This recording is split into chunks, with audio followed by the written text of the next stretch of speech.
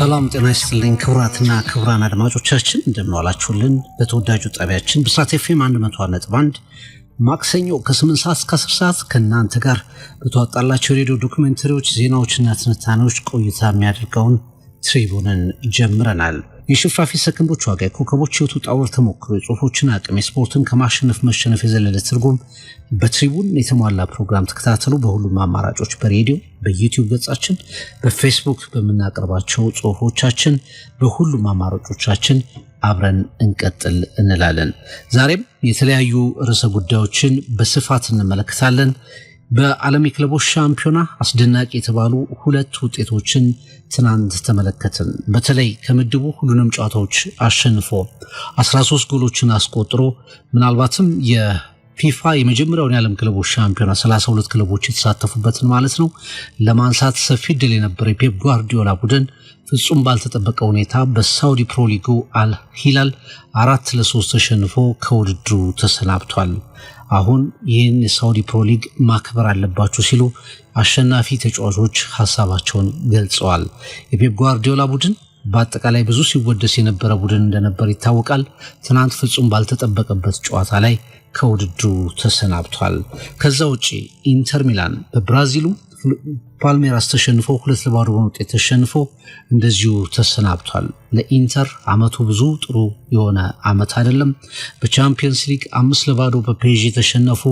በሴሪያ በመጨረሻው ቀን ዋንጫውን በናፖሊ ተነጠቁ። በኮፓ ኢታሊያ እንደዚሁ ተሸነፉ። አሁን ደግሞ ከዓለም ክለቦች ሻምፒዮና ወጡ። አሰልጣኛቸው ሲሞኔ ኢንዛጊንም ጭምር ያጡበት አመት ነውና ኢንተር ሚላን አጨራረሱ በጣም ጥሩ አልሆነም።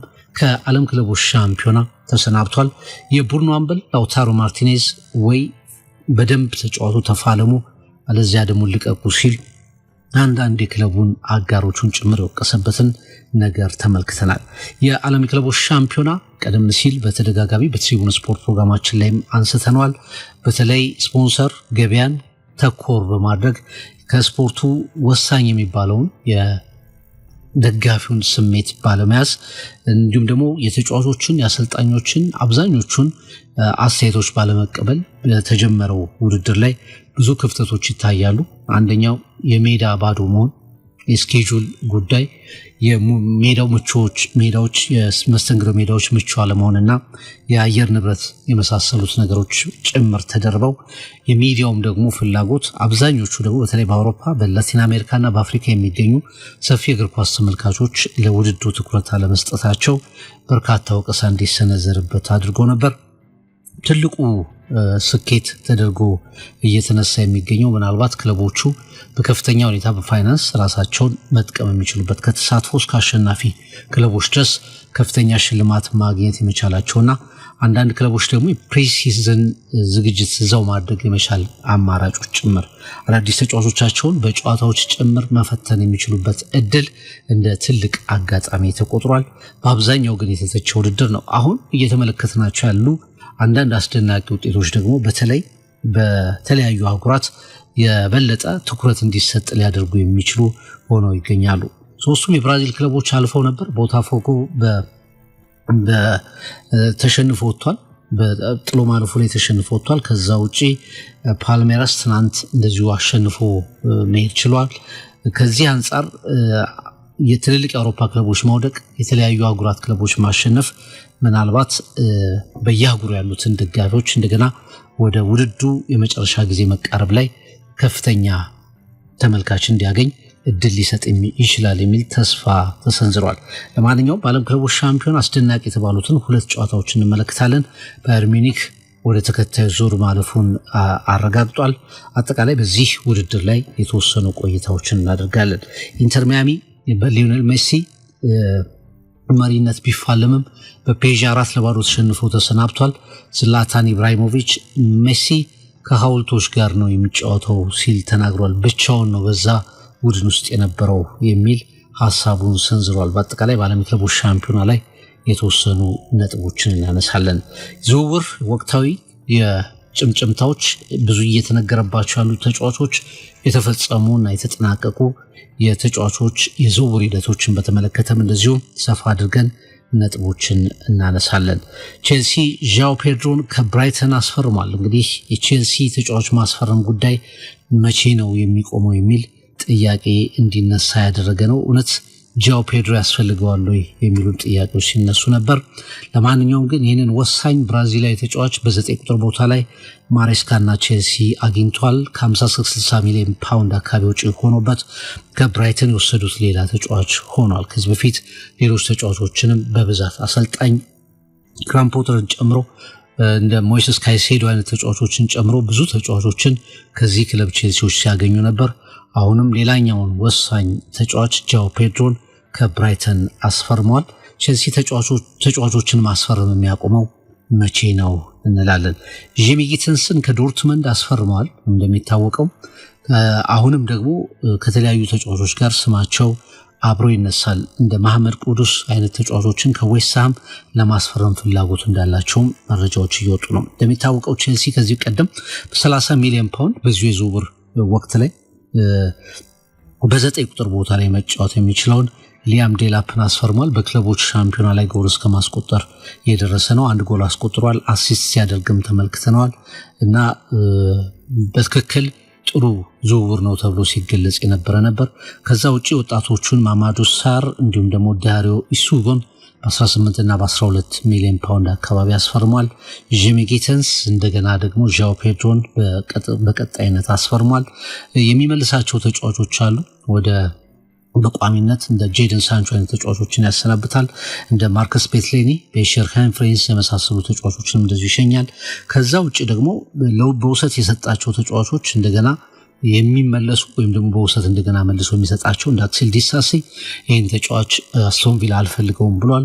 ብሮሃ እና ቺልዌልን ጨምሮ በውሰት የሰጡ ተጫዋቾች አሉ። እነሱም በቼልሲ የመጨረሻ ጉዳያቸው ይታያል ተብሎ ይጠበቃልና የቼልሲን አጠቃላይ የዝውውር ሂደት በተመለከተ ስትራቴጂክ ነው፣ የተመጣጠነ ነው በሚለው ዙሪያ የተለያዩ ሀሳቦች ይሰጣሉ። በከፍተኛ ሁኔታ ባለፉት 3 ዓመታት ኢንቨስት የተደረገውን ዝውውር በተመለከተ ነጥቦችን እንመለከታለን ማለት ነው። ከዛ ውጪ የዝውውር ጭምጭምታዎች ናቸው። ከባለፉት ቀናትም ስንናገራቸው እንደነበሩት በዩቲዩብ ገጾቻችን እና በተለያዩ የዩቲዩብ አማራጮቻችን ላይ በፕሮግራሞችም በዜናዎችም ለእናንተ ስናደርስ እንደቆየ ነው። በጭምጭምታ ደረጃ የሚነሱ ነገሮችንም እንመለከታለን። አስቶን ቪላ ራሽፎርድን እንደማይፈልግ ተናግሯል። ታይለር ማላሲያ ከፒኤስቪ ወደ ዩናይትድ ተመልሷል። ፒኤስቪ ሆላንድ ሻምፒዮን ቢሆንም 12 ጨዋታዎችን የመጨረሻ 12 ጨዋታዎችን ማላሲያ ወደ ፒኤስቪ አቅንቶ ያደረጋቸው ፐርፎርማንሶች በቂ ስላልሆኑ ፒኤስቪ ማላሲያን እንደገና ወደ ማንቸስተር ዩናይትድ ይመልሰዋል። ጄደን ሳንቾ ቀደም ሲል እንደተናገርኩት በቼልሲ በቋሚነት አይፈርምም። ራሽፎርድ እንደዚሁ አስቶን ቪላ እንደማይፈልገው 40 ሚሊዮን ፓውንድ ከፍሎ ራሽፎርድን አስቶን ቪላ በቋሚነት ማስፈረም የመቻል እድል ጭምር ተሰጥቶት የነበረ ቢሆንም ይህንን እንደማይጠቀምበት በአንጻሩ ራሽፎርድን እንደሚመልሰው የተገለጸ ይገኛል። አንቶኒ ግሪንውድ እና ሌሎችም የማንቸስተር መሸጥም መግዛትም ለማንቸስተር ከባድ ያደረጉ ዝውውሮችንም እንደዚሁ አብረን በስፋት የምንመለከታቸው ይሆናል ማለት ነው። ከዛ ውጪ ዛሬ የሚጠበቀውን የክለቦች የዓለም ሻምፒዮና ላይ ትልቁን ውድድር በክለቦች ደረጃ ዩቬንቱስ ከሪያል ማድሪድ የሚያደርጉትንም ጨዋታ እንመለከታለን። በዚህ ጨዋታ ላይ ምናልባት ኬሊያን ምባፔ ነገሮች ተሻሽለው ሊመለስ እንደሚችል፣ የጤንነት ጉዳዮች በዛሬው ጨዋታ ላይ ሊሰለፍ እንደሚችል ፍንጮች እየሰጡ ይገኛሉ። ያንንም አብረን እንመለከተዋለን። የብሪያን ምቤሞ ጉዳይ ይሄ ተጫዋች በዝውውር ወቅት ላይ በጣም በስፋትና ብዙ ስማቸው በስቶ ከሚነሱ 9 ቁጥር ማለት የፊት መስመር ተጫዋቾች መካከል አንዱ እንደሆነ ይታወቃል። በጣም ጥሩ ጊዜን ከብራይተን ጋር አሳልፏል። ቶማስ ፍራንክ በቶትናም አሰልጣኝ ሆነው ሲሾሙ ወደ ቶትናም ያቀናል የሚሉ ዘገባዎች ቢወጡም ተጫዋቹ ማንቸስተር ዩናይትድን የሙጥኝ ብሎ ቆይቷል። ምርጫውንም አሳውቋል። ዩናይትድ ተመጣጣኙን ዋጋ ለተጫዋቹ የሚገባውን ዋጋ ማያስቀምጥ ከሆነ በጌጅ ኮሚኒቲ ስታዲየም አመቱን ሊያሳልፍ ይችላል ሲሉ የብራይተን ኃላፊዎች ተናግረዋል። ማንቸስተር ትክክለኛውን ዋጋ ማቅረብ አለበት፣ እሱም እስከ 65 ሚሊዮን ፓውንድ የሚደርሰውን ዋጋ ማቅረብ አለበት የሚል ቁርጥ ያለ ነጥብ አስቀምጠዋል። ከዚህ ተጫዋች ጋር የተያዙ ነጥቦች እናነሳለን። ሌሎችም ተጫዋቾች ከዚህ በፊት ስማቸው ተደጋግሞ የሚነሱ እንደ ጂያኮሬስ፣ ቤንጃሚን ሴስኮ፣ ሁጎ ኤኪቲኬ አይነት ተጫዋቾችን በተመለከተም የሚታዩ ነገሮች አሉ። እነሱን ዘርዘር አድርገን እንመለከታለን። ከዛ ውጪ አርሰናል አሁን የአርሰናል የዝውውር ጉዳዮች በስፋት ከተለያዩ ተጫዋቾች ጋር ሲነሱ እንደነበር ይታወቃል። የተከላካይ መስመር ላይ ተጫዋች አስፈርሟል። ከቫሌንሲያ ተጫዋች ማስፈረሙ ይታወቃል። የዙቢሜንዲ ጉዳይ መጠናቀቁ ይታወቃል። ግን ብዙ ነገሮች ይጠበቃሉ ከአርሰናል። አሁን ከአርሰናል ጋር በስፋት የአርሰናል ወኪሎችም ንግግሮች መጀመራቸው እየተነገረለት ያለው ዝውውር የኤዝቤሬሽ ኤዜ ጉዳይ ነው። ከክሪስታል ፓላስ ይህንን የመስመር ተጫዋች ለማስፈረም አርሰናል እንቅስቃሴ መጀመሩን በከፍተኛ ሁኔታ መረጃዎች እየወጡ ይገኛሉ። ከዚህ ጋር አያይዘን እንመለከታለን። ዩናይትድ እንደ ዋሬን ዛይር ኤምሪን አይነት ተጫዋቾች የፒኤስቪውን ኮከብ ማስፈረም እንደሚፈልግ መረጃዎች ወጥተዋል። እንደ ኦሊ ዋትኪንስ አይነት ተጫዋቾችም በአማራጭነት ከዩናይትድ ጋር እየተነሱ ነው። በተለይ ራስሙስ ሆይሉንድ 72 ሚሊዮን ፓውንድ አካባቢ አምና ወጥቶበት ወደ ማንቸስተር መጥቶ 4 ጎሎችን ብቻ አስቆጥሮ ፕሪሚየር ሊጉንም ማንቸስተርንም ሳይለምድ አመቱን በትችት ያጠናቀቀ ኮከብ ነው። ይህን ተጫዋች ኢንተር ሚላን እና አንዳንድ ክለቦች ለመውሰድ ፍላጎት አላቸው። እስከ 30 ሚሊዮን ፓውንድ አካባቢ ዋጋ ተገምቶለታል። ይህ የሚፈጸም ከሆነ ማንቸስተር ብዙ ክለቦች ትኩረት ካደረጉባቸው አጥቂዎች በተጨማሪ ኦሊ ዋትኪንስን ከብሪያን ቤሞ እንዲሁም ደግሞ ማቲያስ ኩኛ ጋር አጣምሮ በአጥቂ መስመር ላይ ለማሰለፍ አማራጮችን እያሰበ እንደሆነ መረጃዎች እየወጡ ይገኛሉ። ስለ ቼልሲ ቅድም ስናወራ በ9 ቁጥር ቦታ ላይ መጫወት የሚችሉ 2 ተጫዋቾችን አስፈርሟል። እንደ ሊያም ዴላፕ እንደገና ደግሞ ጃው ፔድሮን የመሳሰሉ ተጫዋቾችን አስፈርሟልና ኒኮላስ ጃክሰን በተለይ በቼልሲ ብዙ ድሎችን የሚያመክን ኮከብ ተደርጎ ሲሳል እንደነበር ይታወቃል። በዚህም ምክንያት ወደ ዩቬንቱስ ሊያቀና እንደሚችል መረጃዎች እየወጡ ይገኛሉ። ከዚህ ጋር በተያያዘም አጠቃላይ የዝውውር ጉዳዮችን ዘርዘር አድርገን እንመለከታለን። አብረን ቆይታ እናድርግ። በትሪቡን የሁሉም የአማራጭ ገጾች የስርጭት ገጾች ላይ ሀሳብ አስተያየታችሁን አካፍሉን። ልንሰራቸው ስለሚገቡ ጉዳዮች፣ ግለሰቦች፣ ታሪኮች እና የተለያዩ ጥቆማዎች በዚሁ አማራጭ ልታደርሱን ትችላላችሁ። የሽፋፊ ሰከንዶች ዋጋ፣ የኮከቦች የወጡት ውረድ ተሞክሮ፣ የጽሁፎች አቅም፣ የስፖርት ከማሸነፍ መሸነፍ የዘለለ ትርጉም በትሪቡን የተሟላ ፕሮግራም ተከታተሉ። በድጋሚ በተወዳጁ ጣቢያችን ብስራት ኤፍኤም 101.1 ትሪቡን ይቀጥላል።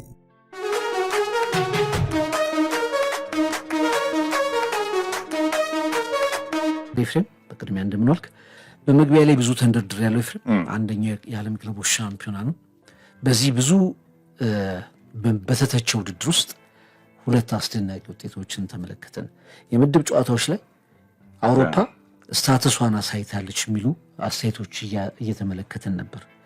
የአውሮፓ ክለቦች በሰፊ ሁኔታ ጎሎችን ያስቆጥሩ ነበር። ኦልሞስት ሁሉም በምትለው ደረጃ ወደ ተከታዩ ዙር ከምድባቸው አልፈው ነበር። ከዚህ አንጻር ከጥቂቶቹ በስተቀር እንደ አትሌቲኮ ማድሪድ አይነት ቡድኖች ካልሆኑ በስተቀር ብዙዎቹ የአውሮፓ ተሳታፊዎች በቀላሉ አልፈው ነበርና ይሄ የአውሮፓ ቡድኖች በተለምዶ የበላይ ናቸው፣ ናሽናል ቲሞች የበላይ ናቸው የሚለውን አስተያየት ያረጋገጠ ሌላ ውድድር ነው ብለው አንዳንድ የአውሮፓ ጋዜጦች ጽፈው ነበር። ያ ጽሁፍ ቀለሙ ሳይደርቅ 2 ግዙፍ ክለቦች ከአውሮፓ ትናንት ተሰናብተዋል።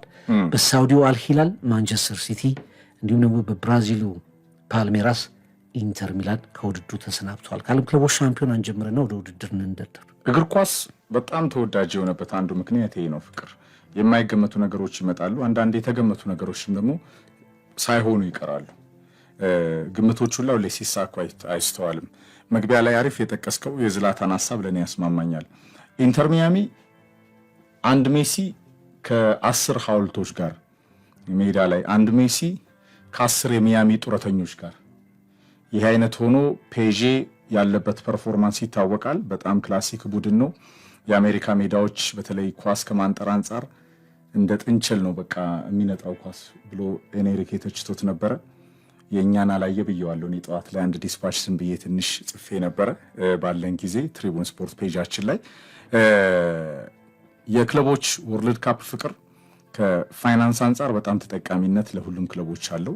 አንድ ከተደራሽነት አንጻርና ዓለም ላይ ያሉ አህጉራት ላይ የሚገኙ ክለቦች የእግር ኳስ ስታንዳርዳቸው የክለቦቹ ጥራትና ደረጃ ምን ያህል ነው የሚለውን ለማየት አሁን የብራዚል ክለቦች በጣም አለርት እንደሆኑ በተሻለ መንገድ አውሮፓዎቹ መፎካከር እንደሚችሉ እያሳዩን ይገኛሉ። ትናንትና የሪዮ ነዋሪዎች የልብ ወዳጅ የሆነው ፍሉሚኔንሴ የቲያጎ ሲልቫ ቡድን አሸንፏል ኢንተር ሚላንን።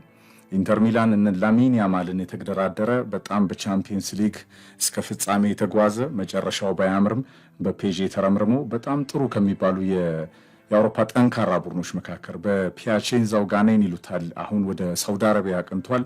በሲሞኔ ኢንዛጊ የተገነባ የዚህ 3-5-2 ቀመሩንም ለመቀየር ቺቩ መጥቷል።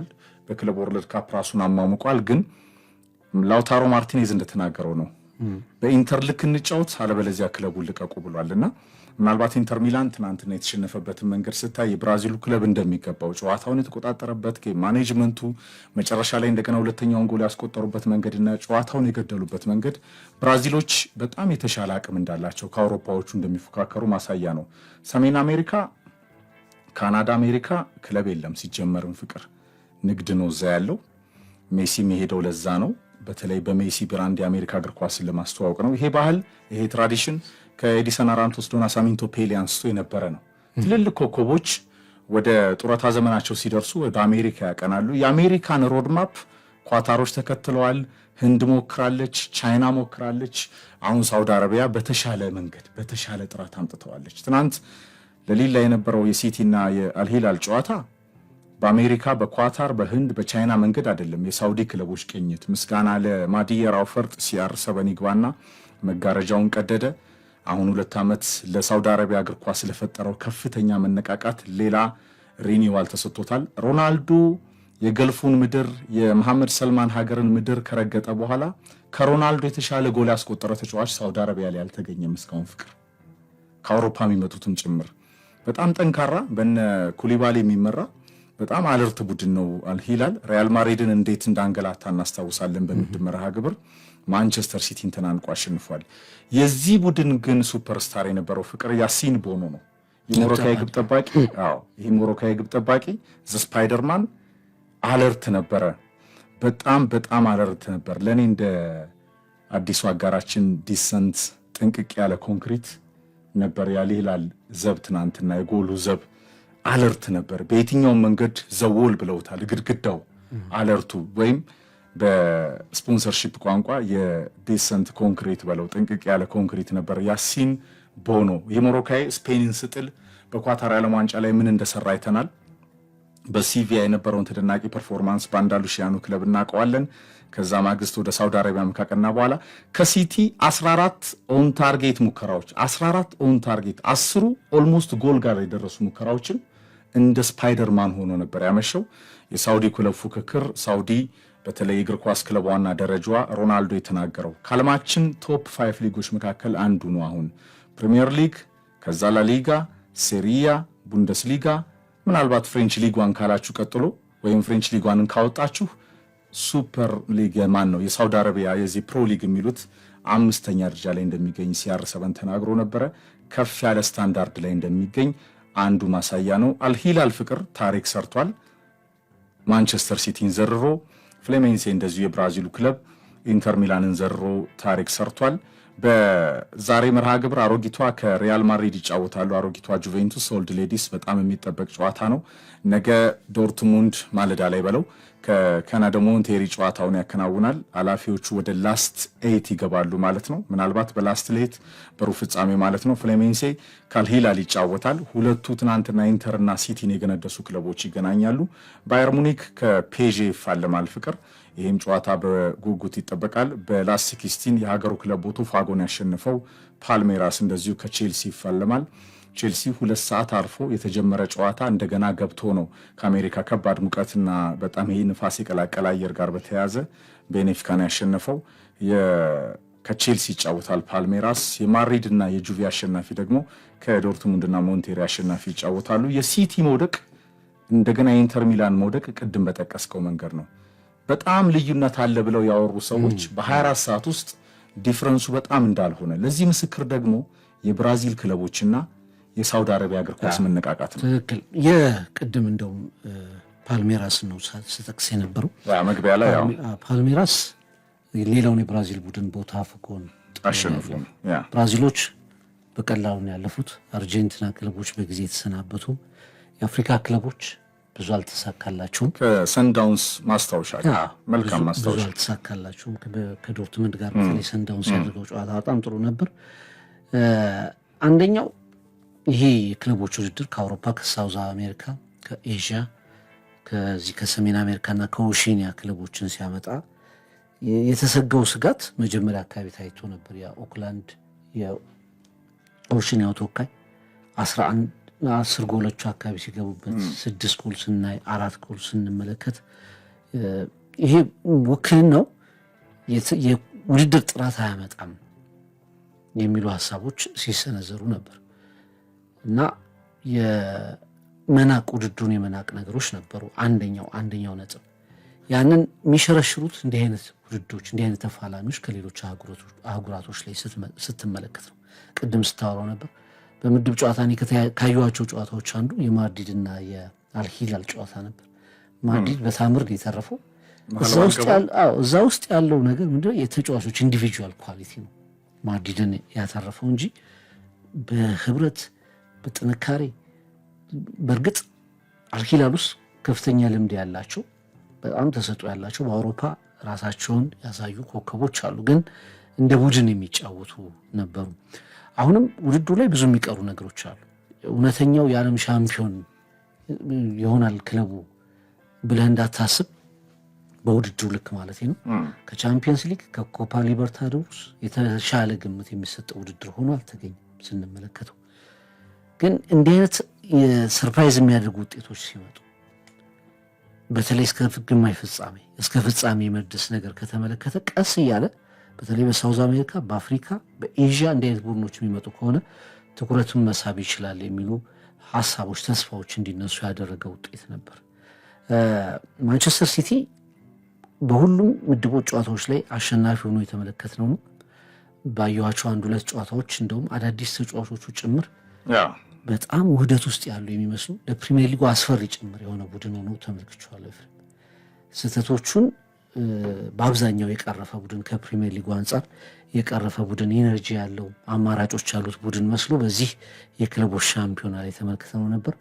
ትናንት ግን ወደ ቀድሞ ድክመቱ ሲቲ ላይ ወደ የምታነሳው ድክመት ወደ ፈተናዎቹ ተመልሶ ተመልክተነዋል። አብዛኛውን ክሬዲት ለሲቲ ድክመት ሳይሆን መስጠት የሚያስፈልገው ይመስለኝ ትናንት ለአልሂላል ተጫዋቾች ተጋድሎ እውነተኛውን ክሬዲት መስጠት የሚያስፈልግ ይመስለኛል። ይሄ የዓለም ክለቦች ሻምፒዮና ወደፊት ራሳቸው ዣን ኢንፋንቲኖና ውድድሩን ያመጡት ሰዎች እንደሚከላከሉት የፊክስቸር መጨናነቆችን በተለይ ከክለቦች የሊግ ውድድር ቀጥሎ ወዲያውኑ ስለሚመጣ መጨናነቆቹን ማስወገድ ከቻለ ይሄ መገመቱን እና ወደ 32 ውስጥ ለመግባት ክለቦች የሚያደርጉትን መስመር የጉዞ መስመር ፈታኝ አድርጎ ጥሩ ክለቦችን ከመረጠ ኮሜርሻል አድቫንቴጁን በዚህ ልክ አሁን በጀመረው ልክ የሚጨምር ከሆነ ምናልባት እና እንዲህ አይነት ውድዶች እንዲህ አይነት ክለቦች እንደ አልሂላል እንደ ብራዚሉ ፍሉሚኔስ ፓልሜራስ አይነት ክለቦች ብዙ የሚጓዙ ከሆነ ግሎባል የሆነ መሰረት ሊይዝ ይችላል እና ሊሻሻል ይችላል የሚል ከሰሞኑ ስናነሳውን የነበረውን ትችት ኤፍሬም የቀየረ በተወሰነው ደረጃ የቀየረ ውጤት ነበር ማለት ይቻላል እና ትንሽ ፊፋም አዘጋጆቹን ፈገግ የሚሉበት ውጤት ነበር ማለት ይቻላል። በኳርተር ፋይናል በሰሚ ፋይናል የተሻለ ፉክክሮች እንደሚኖሩ ማሳያ ነው። ቢያንስ ውድድሩ በጣም ውስን እየሆነ ሲመጣ ክለቦች እየጠበቡ ሲመጡ የዚህ የፒራሚድ አይነት ጭንቅላት እየያዘ ሲመጣ ፉክክሩ እንደሚጦዝ ይጠበቃል። ዛሬ ጁቬንቱስ ከሪያል ማድሪድ በጣም የሚጠበቅ ጨዋታ ነው። ሁለት የዓለም እግር ኳስ ጃይንቶች፣ አንደኛው በጣሊያን እግር ኳስ፣ አንደኛው በስፔን እግር ኳስ፣ ሁለቱም በአውሮፓ እግር ኳስ ገናና የሆኑ አንደኛው በአውሮፓ በጣም ማስተር የሆነ ቡድን፣ ሁለቱም በአዲስ የቡድን ግንባታ ቅኝት በተለይ የማድሪድ የዣቪ አሎንሶ ጉዞ እንደ ዣቪ አሎንሶ አይነት አሰልጣኞች ፍቅር እንደዚህ አይነት ውድድሮችን ይፈልጋሉ። በደንብ ቡድኑን ለማየት ሪቪው ለማድረግ ፕሪሲዝን አይነት ነው ቀለሙ የሚሆነው። ያውም ሃይ ሌቭል ፉክክር ነው እያከናወነ የሚገኘው። የዓለም ክለቦች ዋንጫ በአሜሪካ አንዳንድ ስቴዲየሞቹ በጣም ለግዠሪ ናቸው፣ ኦድ ናቸው። ግን ስቴዲየሞቹ በአውሮፓ የተለመዱ አይነት ስቴዲየም ቅርጽ የላቸው።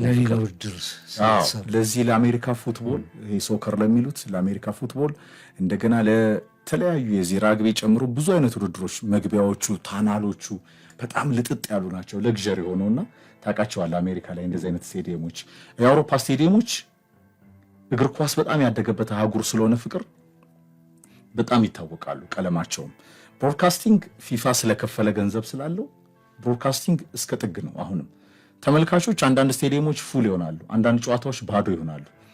በጣም የሚገርመው ልክ እንደ 1994 የአሜሪካ የዓለም ዋንጫ አሁንም በተሰራ ጥናት አሜሪካን የዓለም ክለቦች ዋንጫ እንደሚካሄድ አያውቁም። አለ እንዴ ነው የሚሉት። እና ይሄ ምንድነው ከፓሽን አንጻር ነው፣ አለማወቅ ሳይሆን ከፓሽን አንጻር ነው። ስትከፍት ቴሌቪዥን ሄድላይን ምናምን አለ ሁሉ ነገር፣ ግን ውድድሩ አሁን አንድ ቅርጽ እየያዘ መጥቷል። ቅድም መግቢያ ላይ አንድ የጠቀስከው ለአብዛኞቹ ክለቦች ጋርዲዮላ መቼ ነው የምታርፉት ሲባል አይ አንድ ፊቱን ወደፊት ስንሞት እናርፋለን ብሏል። ግን በጣም እንደ ጋርዲዮላ አይነት አሰልጣኞች አዲስ ቡድን እየገነቡ ዋንጫ የተነጠቁ በሲዝኑ ማለት ነው በተጠናቀቀው ሲዝን አይነት ቡድናቸው ማየት ይችላሉ። እንደነ ቼርኪ አይነት ተጫዋቾች ትናንትና የነበራቸውን ፐርፎርማንስ አይተናል። ላልሂላል ነው ክሬዲቱን መስጠት። በተለይ ደግሞ ያሲን ቦኖ 34 ዓመቱ ነው ፍቅር። ይሄ ግብ ጠባቂ ሞሮካዊ በዓለም ዋንጫ በተለይ በኳታር ሉሲያል በደንብ ከሞሮኮ ወርቃማ ትውልድ ጋር ራሱን ያስተዋወቀ ሱፐርስታር ነው። በሲቪያም በስፔን እንደዚሁ በጣም ስመ ገናና ነው። አለርት ነው። ልክ እንደ ዴቪድ ዴሂያ ጎል ከማይቆጠርባቸው ድንቅ ግብ ጠባቂዎች አንዱ ነው። ትናንትና 10 ኦን ታርጌት፣ አንዳንዴ ያውን ፋብሪዚዮ ሮማኖ በቃ እንደ ሞንስተር ብሎታልና የአልሂላል ግድግዳ ነበረ። አንዳንዶቹ ኳሶች ለመዳን በጣም የሚከብዱ ኳሶችን ጭምር ሲያድን ነበረ። 2-3 የወድቆ ተነስቶ ሲያድን ነበርና ግብ ጠባቂዎች ከቅርብ ጊዜ ወዲህ እያየሁት የመጣሁት አጥቂዎች ጨዋታን ይዘው እንደሚወጡት ፍቅር ሲቲ ጎል ያላስቆጠረው ከዛ በተጨማሪ ያሊላል የተከላካይ መስመር የነ ኩሊባሊ ተጋርሎ እንዳለ ሆኖ በጣም ኮምፒቲቲቭ ቡድን ነበረ። የጋርዲዮላ የጠቀስከው ክፍተት አለ፣ ጎል የሚቆጠርበት ቡድን ሆኗል ትናንትና። ግን ግብ ጠባቂው ዋና መሰረት ነበር፣ ቶፕ ኦፍ ዘ ማች ነበረ ያሲን ቦኖ፣ ምንም ጥርጥር የለውም። እንትኑንስ እንዴት አየው? ለምሳሌ አንዳንዴ የቡድን ሻምፒዮን ሲሆን ተጫዋቾች መልበሻ ክፍል ውስጥ ይሆኑና ይወጣሉ። ሻምፒዮን ሲሆን እንደዛ እንመለከታለን እየተጠራ አሁን ቤስት 11ን ጭምር ኮሜርሻል ነው። በቃ አብዛኛው ነገር ይሄ ከትራዲሽኑ ላይ እግር ኳስን ለረጅም ጊዜ ሰዎች ተመልክተውታል፣ በፓሽን የተመለከቱት። ወደ አሜሪካ ሲሄድ ግን ብዙ ነገሩን ለመቀየር ጥረት አድርገዋል። ያንዳንዱ ተጫዋች እየጠራ አንደኛ ትዕግስትን በጣም የሚያስጨርስ ሬስሊንግ አይመስልም? አንደርቴከር ምናምን ስትባል ስትወጣ በርችት በፍጹም እግር ኳስ ላይ ያልተለመደ ነው እና ይህንንም ብዙ ተመልካቾች አልወደዱት። አንዳንዶች ተጫዋቾችን ጨምሮ ምን አለበት ቢኖር ምን አለበት ስማችን ቢጠራ አዲስ ነገር ነው በማለት የሆኑ ተጫዋቾች በጥቂት ቁጥር ሊደግፉት ሞክረዋል። አብዛኞቹ ግን ይሄ ከእግር ኳስ ውስጥ መጠበቅ ቶሎ መጀመሩን አንደኛ ረጅም ጊዜ ነው የምትጠብቀው፣ ረጅም ሰዓት ነው የምትቆየው። ከዛ 22 ተጫዋቾችን እየጠራ ስማ፣ በጣም እኮ እግር ኳስ አሁን የዓለም ዋንጫ ኦልሞስት ሴንቸሪ ሞላዋል። በጣም አሶሺየት አድርጓል። ልክ ነህ እኮ ከማህበረሰቡ ጋር በጣም ኦልድ ስፖርት ግን በጣም ተወዳጅ። ሁሌ ከስፖርቶች ሁላ አባቱ እሱ ነው። በቃ የሁሉም ስፖርቶች ተወዳጁ ነው ዓለም ላይ። አሜሪካ ከአሜሪካን ከኔቲቭ አሜሪካን ውጭ በጣም ይሄ ትራቨል ያደረገው እሱ ነው። ኢሚግራንቱ ነው አይደለ? በጣም የሚከታተለው የፉትቦልን በጣም የሚከታተለው ሰዓቱም ኦድ ነው ለዓለም ማህበረሰብ አንድ እና አትሌቲክስ ላይ ካየህ 7 ምናምን ሌኑ ላይ የሚቆሙት ናቸው ተጠርተው የሚገቡት። ሬስሊንግ ቢሆን 2 የሚባሉ አትሌቲክስን መቼ መሰለህ የምትጀምሩ ፋይናሎቹ ላይ አሁን 100 ሜትር ብዙ ማጣሪያ አለ። ማጣሪያዎቹ ላይ እያንዳንዱን እየጠራ አታስገባም። ፋይናሎቹ ላይ ሲደርስ ግን አትሌቶቹን ማስተዋወቅ ትጀምራለህ። አሁን ከአትሌቲክስ ጋር የነበረ ባህሪ ነው ያ። ኤግዛክትሊ ለረጅም ጊዜ ቆየ የለመድነው ስርጭት ነው። ከታናሉ ሲወጡ ሄድ ቱ ሄድ በቃ አብረው ይቆማሉ። የተለመደው አለ አይደለ? ከዛ ደግሞ ከዚህ ከሶሻል አክቲቪቲ አንጻር ህፃናትን በእጅ ይዘህ ምናምን የምትገባበት ነገር በጣም ትራዲሽን ሆኗል። አሁን ሊዮኔል ሜሲ ሲባል አንድ ሰው ነው የሚወጣው።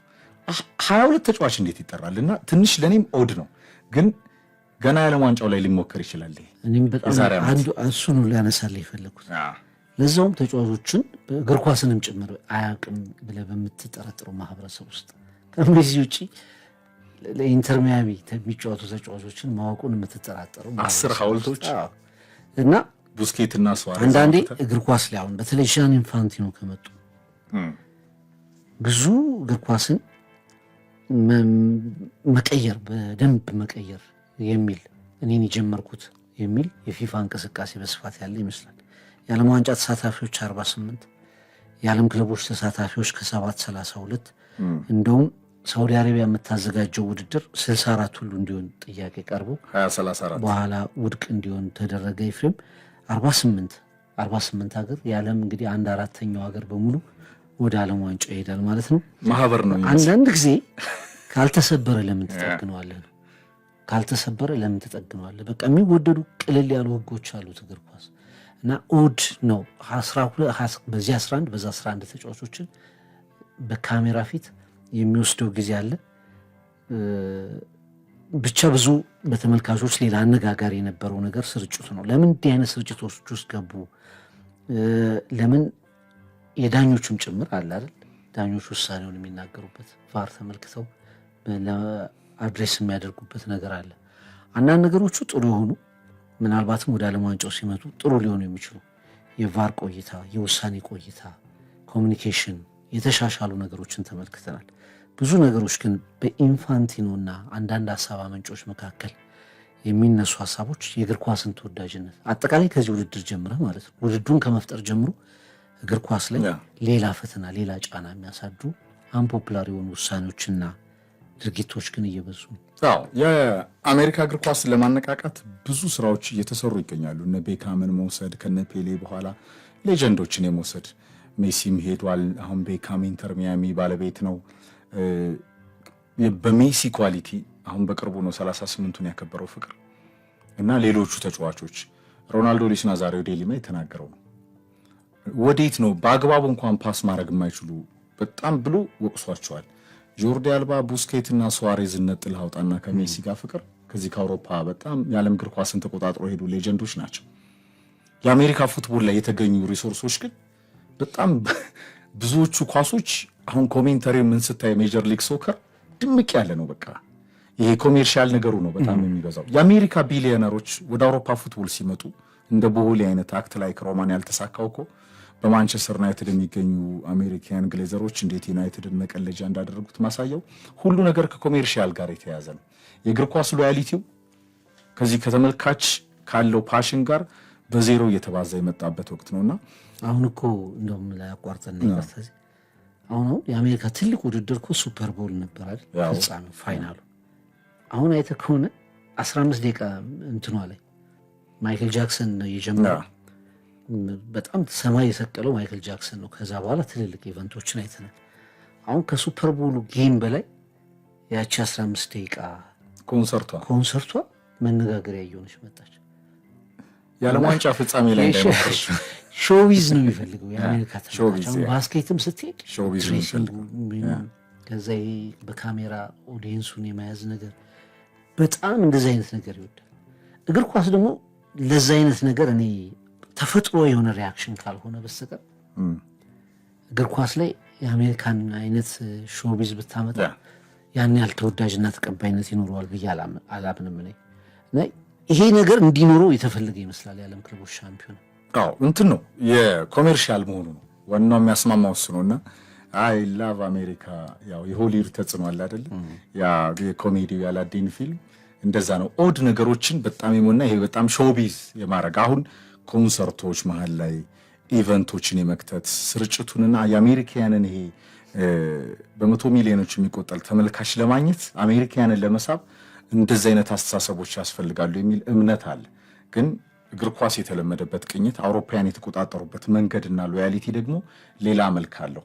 የሳውዲ ክለቦች በጣም አለርት ናቸው። ፍቅር ሲሞኔ ኢንዛጊ ትናንትና ላልሂላል ድል በረጅም ጊዜ ሰርቶ አይደለም፣ በቅርቡ ነው ክለቡን የተቀላቀለው። ታክቲካሊ ግን ያለው እውቀትና የዚህ ኮምፒቲቲቭ ባህሪ አንደኛው ያልሂላል የድል መሰረት ነው። በነገራችን ላይ ይህ ጣሊያን ያሰልጣኝ ፍቅር በውድ ዋጋ ነው እዛ ሄደው ኢንተርን መልቀቁ በጣም ይገርማል። ቺቮ በተቃራኒው በኢንተር ሚላን እንደዚሁ በፍሌሜንሴ ተሸንፏል። አልሂላል ሩቅ የመጓዝ ታርጌት አለው። በሳውዲ ኪንግደሙ በጣም የሚደገፈው ክለብ ነው። በነገራችን ላይ መቀመጫውን ሪያድ ያደረገ የአውሮፓ ኮከቦቹን ላይ የሰበሰበ ነው። የአውሮፓ ቲም ነው የሚመስለው፣ ግን በሳውዲ አረቢያ እግር ኳስ ባህልና ቅኝት ነው። ሳውዲ ታርጌቷን እየመታች ነው። ለ2034 የዓለም ዋንጫ ሜሲን የቱሪዝም አምባሳደር አርጋ CR7ን ከፊት አርጋ በተለይ በሮናልዶ ጥላና ተጽዕኖ በደንብ የተጠቀመች መሆኗን እያሳየች ነው። ክለቦቿም በደንብ እየተነቃቁ ነው። ከዛ ውጭ ፍቅር የብራዚል ክለቦች አሁን ፍሉሚኔንሴ አልፏል፣ ፓልሜራስ እንደዚሁ አልፏል ቦታፎጎን አሸንፎ። ባየር ሙኒክ ከፍላሚንጎ በነበረ ጨዋታ ኮምፒቲቲቭ ነበረ። ባየርን ልምዱን ተጠቅሞና ሃሪኬን አሸንፈዋል። አሁን ፍሉሚኔንሴና ፓልሜራስ ወደ ላስቴት ገብተዋል። የብራዚል ቲሞች ግን ቅርጽ በጣም ሎያሊቲና ፓሽን አለ ብራዚል ውስጥ ከብራዚል ሴሪ ጋር በተያዘ የአርጀንቲና ክለቦች ተኝተዋል። ሪቨር ፕሌትም ቦካ ጁኒየርስን ፍቅር በተቃራኒ የብራዚል ክለቦች ግን ለአውሮፓያኑ በጣም የቀረቡ ነገ በአውሮፓያኑ ገንዘብ ባላቸው ክለቦች ለመታየት ጫፍ የደረሱ ሱፐርስታሮችን ጭምር ማያው አንደኛው መድረክ ነው ይላሉ በዓለም ክለቦች ዋንጫ ላይ እንደ በጎ ሐሳብ የሚነሱት። ከዚህ አንጻር ነው የኢንፋኒቶ አስተዳደር እግር ኳስን በጣም ተደራሽ ለማድረግ ግን በአህጉር ነጣጥለ ካየው አፍሪካ ያው እንደምታውቀው ነው ማማሊዲ ሰንዳውንስን የተሻለ ነገር ለማሳየት ጥረት የሚያደርገው። የሰሜን አፍሪካ ቲሞች ኢስፔራንስ ማነው ዛማሊክ እንደገና አልአህሊን ጨምሮ የግብፁ ጃይንት የሚባሉ ቲሞች አሉ። ኮንጎ ቲፒ ማዜምቤን ታነሳለ፣ ግን በጣት የሚቆጠሩ ናቸው ፍቅር። እንደገና ሰማይና ምድር ልዩነት አለ። አሁን ምስራቁ ለጥ ብሎ የተኛ ነው የአፍሪካ ላይ እኛን ጨምሮ ከሜዳ አንጻር ከእግር ኳሳችን ጥራት አንጻር በጣም ዲፍረንት ነገር አለ። የምዕራብ አፍሪካውያን ከኮራፕሽን ጋር በጣም ይነሳል፣ ግን ታለንት አለ። አብዛኞቹ ታለንቶች ወደ አውሮፓ የሚወጡ ናቸው። ሰሜን አፍሪካ ላይ ያሉት አረቦቹ በተለይ ከሰብ ሰሃራ በላይ ሎያሊቲ ያላቸው እዛው ሀገራቸው የመቆየት ነገር አለ። ግን አሁን በተለይ የሞሮኮ ቲሞች፣ የቱኒዚያ ቲሞች፣ የሰሜን አፍሪካ ኮከቦች ወደ አውሮፓ ከነ መሐመድ ሳላ ተጽዕኖ ጋር የሚሄድ እድሉ አለ። ሳውዝ ኢስት ኤዥያ ስትሄድ ክለብ አለ እንደ የምትልበት መንገድ ነው የሚፈጠረው። በጣም ኢንቨስት ግን አድርገዋል እነ ቻይና ፍቅር ትልልቅ አካዳሚ ፈጥረዋል። የአውሮፓ ትልልቅ ልምድ ያላቸውን ከብራዚልም ከጣሊያንም ከላማሲያም ከአያክስ አካዳሚም ኮቾቹን ሁላ ወስደዋል። ፌል አርገኩ የቻይና ኳስ ፌል አርጋ እና የዮሐንስ ሳሌ ማሳያ ይሰራል ማለት ነው። ቻይና ብዙ ህዝብ ስላላት ዓለም ዋንጫ ትበላለች ማለት አይደለም። 3 ቢሊዮን ህዝብ ስላላት 1 ቢሊዮን በላይ ስለሆነ ዓለም ዋንጫ በልታለች እንዴ እንዳለው ከሲሸልስ በነበረ ጨዋታ የኢትዮጵያ ብሔራዊ ቡድን 0-0 ተጠናቀቀና እንዴት ከሲሸልስ ብለው ከሚዲያ ይጠይቁታል። የኛ የህዝብ ቁጥር 120 ሚሊዮን አልፏል ሲሉት በህዝብ ቁጥርማ ከሆነ አለ አንድ እውነት ነው እኮ ያስኬዳል። ምክንያቱም ዋናው ነገር ምን መሰለህ አገር ላይ የምትሰራው እንቅስቃሴዎች ነው ማተር የሚያደርጉት እንጂ ቻይና ተጫዋቾችን ሰብስባ አሁን ሳውዲ አረቢያ የብዙ ተጫዋቾች ዴስቲኔሽን ሆናለች አይደል፣ ማረፊያ ሆናለች። የሳውዲ አረቢያ እግር ኳስ ብዙ እንቅስቃሴ እያደረገ ነው። ነገር ግን የዓለም ዋንጫ ለማሸነፍ በራስ ተጫዋቾች ላይ የምትሰራው ስራ ነው ወሳኙ። ቻይናም ያንን ሙከራ አደረገች። በተለይ የኢኮኖሚክ ግሎባል ፓወር ከመሆን ጋር እግር ኳስን እንደ ገጽታ ግንባታ እና ደግሞ እንደ ባህልም ለማስፋፋት የነበረው እንቅስቃሴ በአብዛኛው ጥቂት የላቲን አሜሪካ የአውሮፓ ተጫዋቾችን የአፍሪካ ተጫዋቾችን ሀብታም አድርጎ የተደመደመ እና የከሰመ ፕሮጀክት እየሆነ መጥቷል። በአጠቃላይ ግን እግር ኳስ የምድራችን እጅግ ተወዳጅ ውድድር ነው። ከዚህ ውድድር ላይ ላለመገንጠል ሀገራት ከፍተኛ ጥረት እያደረጉ ነው። ካታር አሁን የዓለም ክለቦች ሻምፒዮና እንደገና ለማስተናገድ ካታር ጥያቄ አቅርባለች። የሳውዲ አረቢያ ፍላጎት አላት። ግን በየትኛው ስታዲየም እንዲህ በምን አይነት እቅድ 32 ክለቦችን እንደገና ማስተናገድ ትችላለህ የሚለው ነገር ዓለም ዋንጫን እንደማስተናገድ በለው እኮ 32 ክለቦች ብዙ ናቸው። እንደ ሀገር ብትቆጥራቸው የሚያስፈልጉ ፋሲሊቲዎች፣ ስታዲየሞች፣ ሆቴሎች የድሮውን የዓለም ዋንጫ ማስተናገድ ማለት ነው። ከዚህ አንጻር ይህን ውድድር በተደጋጋሚ ማስተናገድ የሚፈልጉ ሀገራት ይኖራሉ። ይህን ስታይ አንድ የሚያስተናግዱት ሀገራት ውስን ቁጥር ጥቂት እየሆነ ይመጣል። በዚህ ውድድር ላይ የሚሳተፉ ክለቦች የሚያገኙት ገንዘብ በጨመረ ቁጥር ደግሞ በሎካል ሊግ ላይ ያሉ ክለቦችን የበለጠ ተጭነው ጋፑን የማስፋት ነገራቸው ይጨምራል። ውድድሩ ከወዲሁ ብዙ እየተተቸ ነው። ለዛ ነው አይ ቲንክ የሊቨርፑል የቀድሞ አሰልጣኝ የርገን ክሎፕ እግር ኳስ ውስጥ ከመጡ የእብደት ውሳኔዎች ይህንን የሚያክል የለም ብለው የገለጹት። ይቀጥላል ወይስ አይቀጥልም? ፊፋ ብዙ ጊዜ እንዲህ አይነት ነገሮች ላይ ወደኋላ የሚል አይሆንም፣ አጠናክሮት ይቀጥላል። እንደውም ሌሎች ውድድሮችን እየተጋፋ ፓወሩን እየተጠቀመ የበለጠ አጠናክሮት ይቀጥላል እንጂ ወደኋላ የሚል አይመስልም። ውድድሩ ይቀጥላል። እኛም ትዝብታችንን እናቀርባለን። ዛሬ በጣም የሚጠበቀው ውድድር ሪያል ማድሪድ ከዩቬንቱስ አስቀድመን እንደገለጽነው ነው። ምሽት 4 ሰዓት ላይ የሚደረግ ጨዋታ ይሆናል። ኤፍሬም፣ ሌሎች ጨዋታዎችም አሉ። የዓለም ክለቦች ሻምፒዮና ትዝብታችን ይቀጥላል። እግር ኳስ ተሽጧል የሚለው ያስማማናል። ፍቅር እግር ኳስ በደንብ በክለብ ፉትቦልም ሎያሊቲ አሁን በጣም እየተፈተነ ነው። ከብሮድካስቲንግ ከኢንተርኔት ቢዝነሱ ከቤቲንግ በጣም ደጋግመን እያነሳ ነው ይህን ሀሳብና ብዙዎችም የሚቀበሉት ነው። የሰርቫይቫሊቲ ጉዳይ ብቻ ሳይሆን እግር ኳስና ገንዘብ አሁን የአንድ ሳንቲም 2 ገጽታዎች ናቸው። አፍሪካውን ኤሊት ክለብ ጥራ ስለ ስንት ክለብ ነው የምጠራው? 5 አይሞሉም፣ 5-6 ክለቦች። ከዚህ ምዕራብ አፍሪካ ላይ ሴንትራል አፍሪካ ላይ ማዜምቤን ትጠራለህ። ወደታች ሰንዳውንስ ሆኗል። እንደውም የድሮዎች ኦርላንዶ ፓይሬትስ ምናምን ቺፍስ እየቀነሱ መጡ እኮ የሉም፣ እየጠፉ ነው። አሁን ፓወርፉል እየሆነው የመጣው ክለብ ሰንዳውንስ ነው። የግብፅ 2ቱን ክለቦች ነው የምጠራው፣ ዛማሊክ፣ ቱኒዚያ ኤስፔራንስ እና ኢትዋል ደ ሳህል እነሱን ነው የምጠራው። ሞሮኮ ካዛብላንካን ታነሳለህ። የናይጄሪያ ክለቦች እንኳ ብቅ እያሉ ይጠፋሉ። ብዙ ኤሊት ክለቦች የሉም። እነዚህ ክለቦች ደጋግመው የቻምፒየንስ ሊግ ዋንጫን በካፍ ደረጃ ያነሳሉ። ኮንፌዴሬሽን ካፕ ላይ ታያቸዋለህ። ከዛ ውጭ አሁን ደግሞ የዓለም ክለቦች ላይ ደጋግመው ይሳተፋሉ። ካፍም የኤሊት ክለቦች ውድድር ፈጥሮላቸዋል። ደጋፕ ፑር በሆኑት አቅማቸው እና ኢንፍራስትራክቸራቸው ደካማ በሆኑትና በእነዚህ በትልቅ ክለቦች አፍሪካ ውስጥ የሚመጣውን ጋፕ ተመልከት። ይሄ አውሮፓ፣ ላቲን አሜሪካ ምናምን ይሆንና ዓለም ዋንጫ ጥቂት ሀገራት አለ ሊሳተፉበት የነበረው እስከ ጥቂት ጊዜ ብራዚል፣ አርጀንቲና ምናምን እያልክ ሀገሮችን ከፊት ታመጣለህ። ጣሊያን፣ ጀርመን ምናምን እያልክ ያን ጋፕ እንደገና የሚያመጣ ነው በሚል እየተተቸም ይገኛል። ይሄ ፊፋ ውድድሩን ጀምር ያለው ለሁሉም ማድረስ ነው ብለህ ቅድም አንተ ያስቀመጥከውን ዓላማ ነው የሚናገረው ፊፋ። በተግባር ግን በጣም ትልቅ ውሽን ይፈጥራል በክለቦች መካከል የሚል ጥያቄ እየተነሳበት ይገኛል። የመጀመሪያ ስለሆነ በ32 ቡድን ደረጃ ብዙ ነው። ብዙ ስህተቶችም ብዙ ጥንካሬዎችም ሊነሳበት ይችላል። የትኛው ይጎላል የሚለውን በ2 ወይም በ3 ውድድሮች የምንመለከተው ይሆናል። አፍሪካም ኳታርም አሁን በጣም እግር ኳሳቸው ማነቃቃት የሚፈልጉ ያደጉ ሀገራትም ራሷ ሳውዲ አረቢያን ጨምሮ ኢኮኖሚካሊ ማለት ነው በጣም ያደጉ ሀገራት ይወስዱታል። ቢሞቱ የማይወስዱት የአውሮፓ ሀገራት ናቸው። አሁን የዓለም ክለቦች ዋንጫን ለማስተናገድ እንግሊዝ ትፈልጋለች በዚህ ስኬጁል ውስጥ እስካሁንም ቢዚ ስለሆኑ ሁሉም አማራጮች ከአውሮፓ ሀገራት ውጭ ናቸው።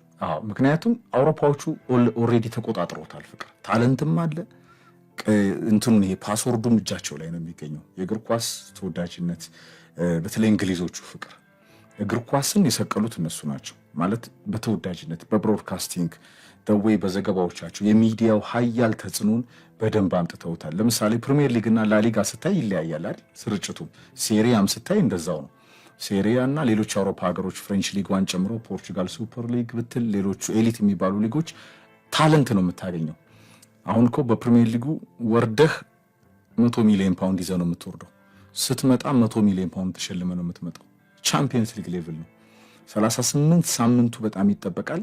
የእንግሊዝ ክለቦች ከቶፕ 4 ወደ ቶፕ 6 እያለ አሁን በምን ያህል መንገድ እንዳደገ ተመልክተውና ለአመታት የሰሩበት እንግሊዞችን እየከፈለ ነው። ያንን ሮድማፕ ለመውሰድ ጥረት የሚያደርጉ ሀገራት አሉ። ሊጎቻቸውን በጣም ከፍ ለማድረግ ያልሰራ ፕላን አለ። ቢኮዝ ታለንትም ስለሌለ ፍቅር ሚዲያም ስለጠፋ። ሳውዲ አረቢያ አሁን ሊጓን አነቃቅታለች፣ ሚዲያ ግን የላትም። እሱ ራሱን የቻለም ተጽዕኖ አለው። ኦፍኮርስ እንግሊዝኛ የዓለም ቋንቋ መሆኑ አንዱ መሰረት ይመስለኛል። ማን እንደ እንግሊዝ ዓለም ዋንጫ ባትበላም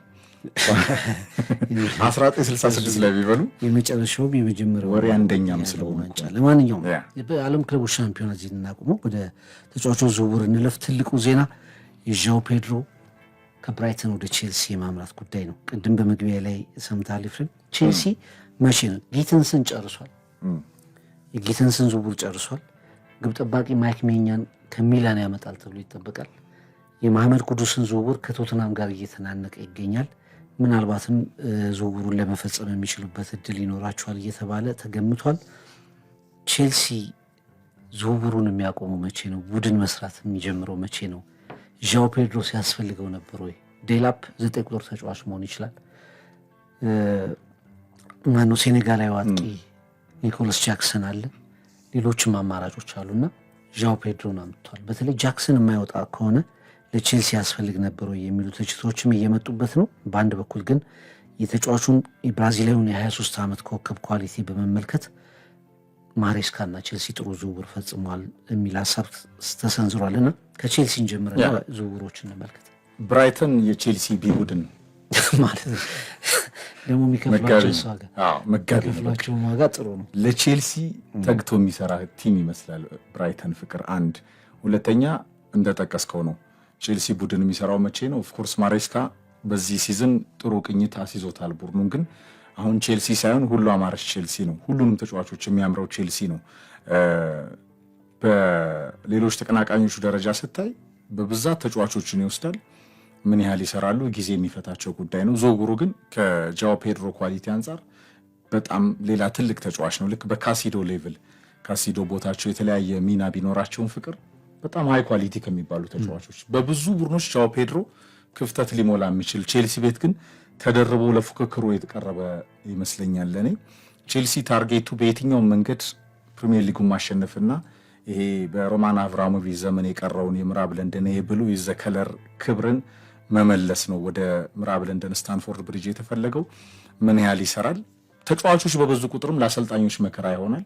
ኦፍኮርስ ሳንቾን ጨምሮ በውሰት የተቀበላቸውን ተጫዋቾች ይመልሳል። ቼልሲ ፍቅር የፈረደበት ዩናይትድ ይቀበላል።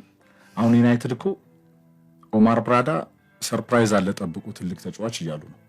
በዚህ በኩል የተመለሱት የዩናይትድ ሸክሞች የሚገዛ ጠፍቷል።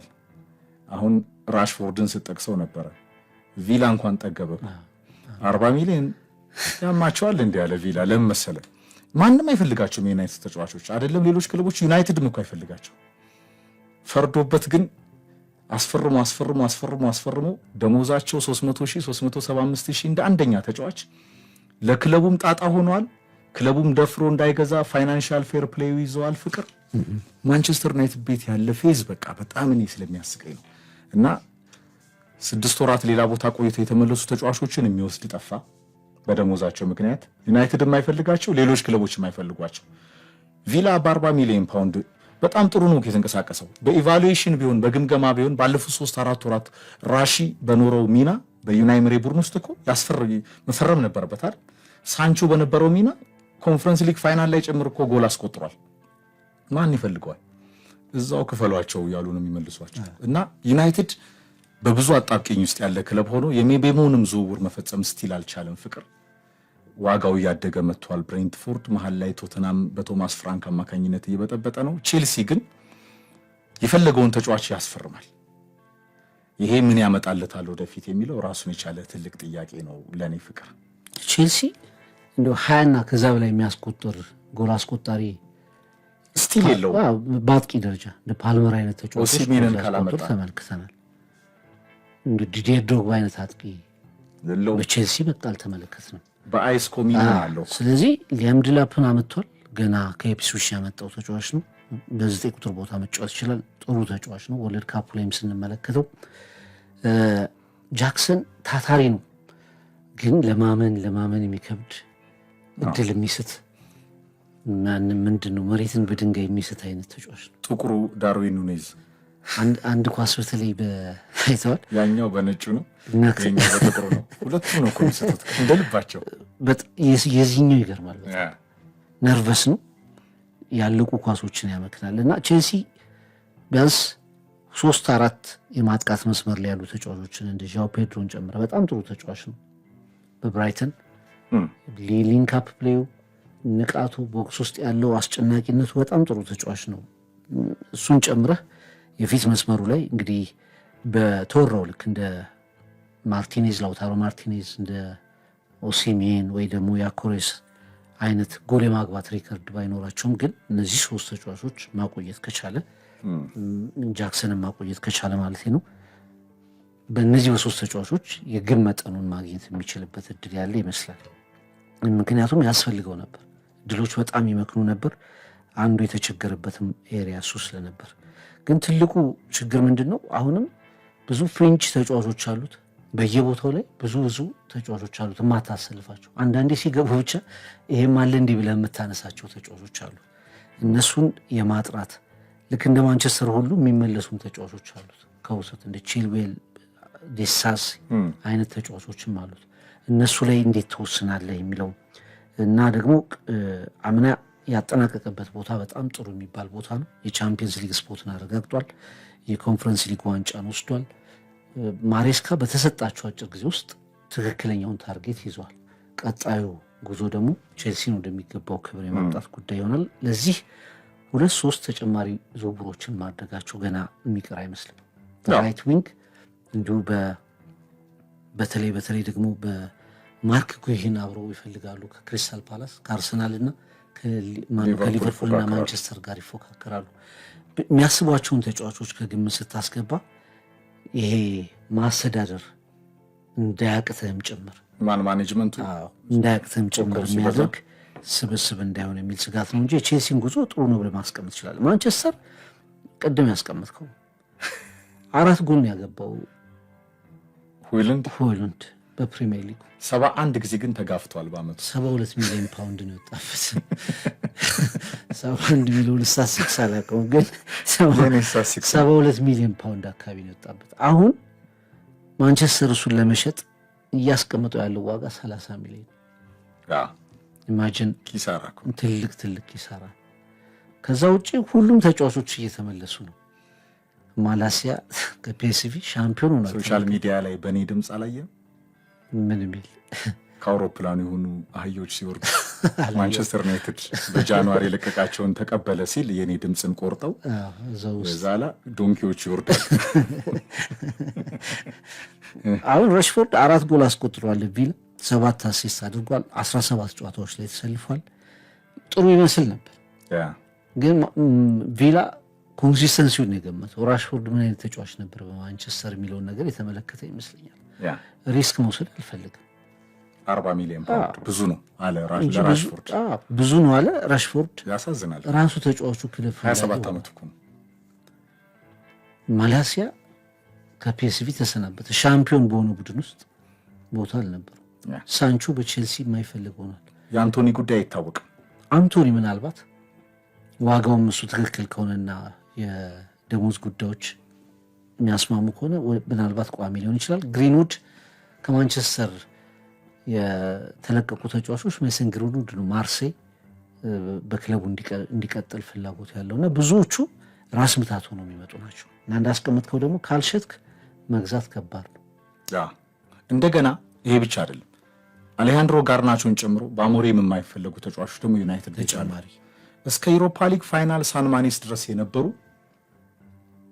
በዛ መልበሻ ክፍል እኔ ስቆያለሁ አንተ ግን ክለብ ፈልግ የተባለ አርጀንቲናዊ በዚህ በሳውዝ ኢስት ኤዥያ የታይላንድ የቻይና ቱር ላይ በጣም የዩናይትድ ሎጎና ብራንድ ማክበር ተስኗቸው ቤካምን ጨምሮ በብዙ ሱፐርስታሮች የተተቹ የዩናይትድ ተጫዋቾች ከነ ውድ ደሞዛቸው ዩናይትድ ቤት ነው ያሉት። የአካዳሚ ሱፐር የሚባሉ ታለንቶች ወንደርኪዶች እንደ ኮቢ ማይኖ አይነት ተጫዋቾች የዚህ የፋይናንሻል ፌር ፕሌውን ባላንስ ለማድረግ ወደ ሽያጭም ሊመጡ የሚችሉበት እድል አለ። በዚህ ሁላ ውዥንብር መሃል ዩናይትድ ግራ እንደተጋባ ማሳየው አሁን ከ3 ሰዓት በፊት ፋብሪዚዮ ሮማኖ ራሱ ይዞት በወጣው መረጃ ኮንፊርምድ ብሎ ኦሊ ዋትኪንስን አርሰናል ጃንዋሪ ላይ 50 አልሰጠውም ብሎ 50 ሚሊዮን ፓውንድ የተወውን እንግሊዛዊ ካስቶን ቪላ ራሽፎርድን አልፈልግም ብለ ፓርት ቱ ራሽፎርድን እኮ ወደ ኦልድ ትራፎርድ ማምጣት ማለት ነው። ይሄ ምን ያህል በቃ ማንቸስተር ዩናይትድ ኮሜዲ ክለብ እየሆነ እንደሆነ እኮ ማሳያ ነው። ኦሊ ዋትኪንስን ፍቅር የራስን ከካሪንግተን ብዙ የለፋህበትን የአካዳሚ ታለንት አሁንም ዩናይትድን እኮ ይወዳል። ከአሞሪም ነው የተጣለው። ሌዚ ስለሆነ ነው እኮ። እሱ ብቻ አይደለም እኮ ስንት የማንቸስተር ዩናይትድ ሌዚዎችን ዩናይትድ ሲቀልብ ከርሞ ተገላግሏል፣ ማርሻልን ጨምሮ። አሁን ማንቸስተር ዩናይትድ በዚህ አይነት የቡድን ግንባታ ቅኝት ላይ ደግሞ ቤሞ ይላል አልፈጸምም። ቤሞ ዩናይትድ መግባት ይፈልጋል ዩናይትድን ስለሚወድ ተጫዋቹ። ልክ አሞሪም እኮ ዩናይትድን ወዶ እንደመጣውና እሳት ላይ እንደተቀመጠው ማለት ነው። በነገር ላይ የማቲያስ ኩናም እንደዛ ነው። ዩናይትድ 99 ላይ ቻምፒየንስ ሊግ ከማሸነፉ አንድ ዓመት በፊት የተወለደ ልጅ ነው። ቻምፒየንስ ሊግን ፈርጊ ሲያሸንፉ በዛ የትሪብል ዘመን ገና አንድ ዓመቱ ነበረ ኩና። ከዛ ጊዜ ጀምሮ የዚህ በቤተሰቦቹም የማንቸስተር ዩናይትድ ተጽዕኖና ሎያሊቲ ነው ፍቅር ተጫዋቹን ኦልድ ትራፎርድ ያደረሰው። አሁን ዩናይትድ ታሪኩንና ገናና ስሙን ነው የሚጠቀመው። እንደ ታሪኩ ሁሉ ማደር ቢሳ ነው። ማንቸስተር አሁን የምታወራው ስለ በጥቂት ቦታዎች ነው፣ ግን ብዙ ቦታዎች ሁሉም በሚል አሁን ኦናና ቦታ ላይ ነምበር 1 ግብ ጠባቂ ማስፈረም አለ። ማርቲኔዝ ይላል። ኦናናን ይዞ የሚመለስ ከሆነ የማንቸስተር ዕጣ ፈንታ ተመሳሳይ ነው የሚሉ ትችቶች አሉ። ማርቲኔዝ እየተነሳ ነው፣ አልተጠናቀቀም። የመከላከል ቦታ ላይ አሁን ሌንደሎፍ ወጥቷል። እንደገና ደግሞ ጆን ኢቫንስ እንደዚሁ ሪታየር አድርጓል። አዳዲስ ተጫዋቾች ናቸው። አይዳኔቭን እና ሌኒዮሮም ጨምረህ ገና ብዙ ጊዜ የሚፈልጉ ናቸው። ከማጓየርን ብቻ ትተህ እና ምናልባት ሊሳንድሮ ማርቲኔዝ ከጉዳት ነፃ ሆኖ ለረጅም ጊዜ የሚቀጥል ከሆነ ማጎም ሊነሳበት ይችላል። ብዙ አማራጭ የለም ዲፌንሱ ላይ። ወደ መሀል ሜዳ ስመጣ ከብሩኖ ፈርናንዴዝ ጋር የሚጣምረው አማራጭ አይታወቅም። ኡጋርቴ አንዳንዴ ይሆናል፣ አንዳንዴ ማይኑ ይመጣል፣ አንዳንዴ ካዘሜሮ ይመጣል። በካዘሜሮ መቼም ማንቸስተር ፕሪሚየር ሊጉን መቆጣጠር የመቻሉ ነገር አጠራጣሪ ነው። እግሮቹ እየደከሙ ነው፣ እየዛሉ ነው። እግሮቹ እየዛሉ ይገኛሉ። ምናልባት የዩሮፓ ሊግ ጨዋታዎች ላይ በጣም ጥሩ የተንቀሳቀሰባቸውን የተወሰኑ ጨዋታዎች እናስታውሳለን። ወደ መጨረሻ ጥሩ ሆኖ ነበር። የማድሪዱን ካዝሜሮ መስሎ ነበር። ግን በአብዛኛው በእርምጃ ተቃራኒ ተጫዋቾች በእርምጃ የሚያልፉት ለማንቸስተር የሚታወቅበትን ሺልድ ምንድነው ድጋፍ የማይሰጥ 6 ቁጥር ሆኖ ተመልክተናል። እድሜ ከርቶታል። እዛ ቦታ ላይ እንኳን ማንቸስተር አማካይ ይፈልጋል። የተለያዩ ተጫዋቾች ይነሳሉ፣ የመጡ ተጫዋቾች የሉም። ከፊት ቅድም እንዳልከው ነው፣ ከፊት ይሻላል ማንቸስተር። ቢያንስ ማቲስ ኩኒያን አስፈርሟል። ቤሞ የጊዜ ጉዳይና የመወሰን ጉዳይ ካልሆነ በስተቀር ሚሊዮን ዶላሮችን የማስተካከል ጉዳይ ካልሆነ በስተቀር ተጫዋቹ መርጦታል። እሱ ይመጣል። ሶስተኛ እንደ ያኮሬሽ አይነት አጥቂ ካገኘ አትሊስት ማንቸስተር እኔ አምና ስንት ጎል ነው ያስቆጠረው? 44 ጎል። አሁን እኮ ኦሊ ዋትኪንስ ገባ ከጓያኮሬስ ወጣት አይመስለኝም። እኔ ሮማሮቹ በሙሉ እንደ እውነት መውሰድ አይገባም ብዬ ነው። ለምን መሰለህ? ሮማኑ አንድ ስቴፕ ከፍ ያለ መረጃ ያወጣል። ፍቅር ትልቅ ከሮማሮቹ ውጭ ኮንፊርምድ ብሎ ትልቅ ስህተት ነው የሚሆን። ኦናና እኮ ቤንች አድርገውታል ራሽፎርድን ሲወስዱ ዋትኪንስ። አሁን ወደ ማታ ላይ ሂር ዊ ጎ ብሎ ኦሊ ዋትኪንስ። ግን አሁንም ትንሽ የሚሻለው እንቅስቃሴ ማግባት መስመሩ ላይ ያሉ ተጫዋቾችን የመፈለጉ ጉዳይ ነው እና በማንቸስተር የሚጠበቀው ብዙ አምና 15ኛ ነው የወጣው። የቻምፒየንስ ሊግ ስፖርት የአውሮፓ ሊግ ተሳትፎች አልነበሩትም፣ ዋንጫ አልነበረውም። በታሪኩ የመጨረሻው ዝቅተኛ ደረጃ ላይ ከመውረድ ውጭ 1973-74 ከወረደበት ዘመን ውጭ ማንቸስተር የመጨረሻውን ዝቅታ ተመልክቶ ነው የመጣው። በእንዲህ አይነት ግርግር ቡድኑ የሚጀምር ከሆነ ቀጣዩ ዓመት አትመለስም። አሁን በነ ኢፕስዊች ውለታ በነ ሳውዛምፕተን ውለታ አይደለ በወረዱ ቲሞች ውለታ ነው ዩናይትድ እኮ ዝቅ ያላለው ወደ 19ኛ ዝቅ ያላለው 17 ያለው ነው እና በቶተናም እኔ ከኋላ ነው የሚጨርሰው ግድ የለህም ብሎ በኤሮፓ ሊግ ግን ቀደመው እኮ እንደዛ ነው እኮ አይ ካንተ ፊትም አልጨርስም ብሎ በኤሮፓ ሊግ ግን ቀደመው። ከዛ አንጄ ፖስቴግሉ ደግሞ ተባረሩ። ለምን ሲባል የት ዋንጫ የለመር ነው ቶተናም ዋንጫ አሸንፎ ስለማያውቅ ነው ያባረራቸው። ገባ። በዚህ አይነት ሂደት ነው። ለማንኛውም ዩናይትድ በሲቲ ሌቭል፣ በሊቨርፑል ሌቭል፣ በቼልሲ ሌቭል፣ በአርሰናል ሌቭል ነበር ከፍታውና በቡድን ግንባታ ቅኝት ግልጽ የሜዳ ላይ የቡድን ግንባታ ስትራቴጂ ወይም እቅድ የለው ቡድኑ። በዚህ ምክንያት ነው።